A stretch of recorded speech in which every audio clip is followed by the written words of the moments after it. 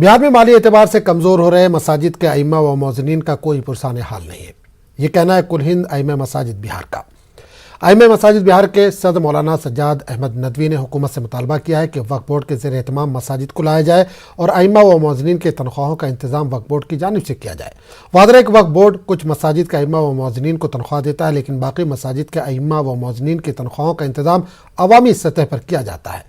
ائمہ و مؤذنین کا کہنا ہے کہ کم تنخواہ ہونے کے سبب نہ ہی ان کے بچے تعلیم حاصل کر پا رہے ہیں اور نہ ہی ان کی بنیادی ضرورتیں پوری ہو پا رہی ہیں۔ ایسے میں ائمہ کی تنظیم ائمہ مساجد نے اس تعلق سے تحریک چلانے کا اعلان کیا ہے۔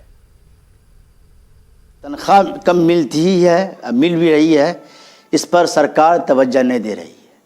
سرکار وقف بورڈ جو ہے سرکار کے ماتحت نتیش کمار کی حکومت جو ہے اقلیت کے تئیں ہمدرد ہے، اردو کے بارے میں بھی ہمدردی رکھتے ہیں۔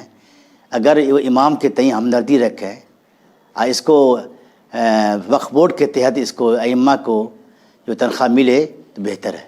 ائمہ مساجد کا ڈیمانڈ یہ ہے کہ سنی وقف بورڈ یہ مسلمانوں کی ملکیت ہے اور اس کے فائدہ ائمہ مساجد اور تمام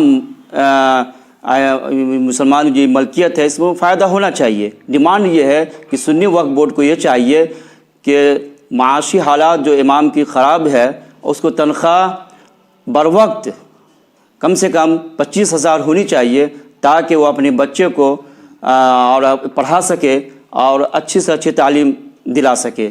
امام کو تو پریشانی ہے ہی، اس سے زیادہ پریشانی مؤذن کو ہے، کیونکہ مؤذن کو تو پورے مسجد صاف ستھرائی کرنا پڑتا ہے۔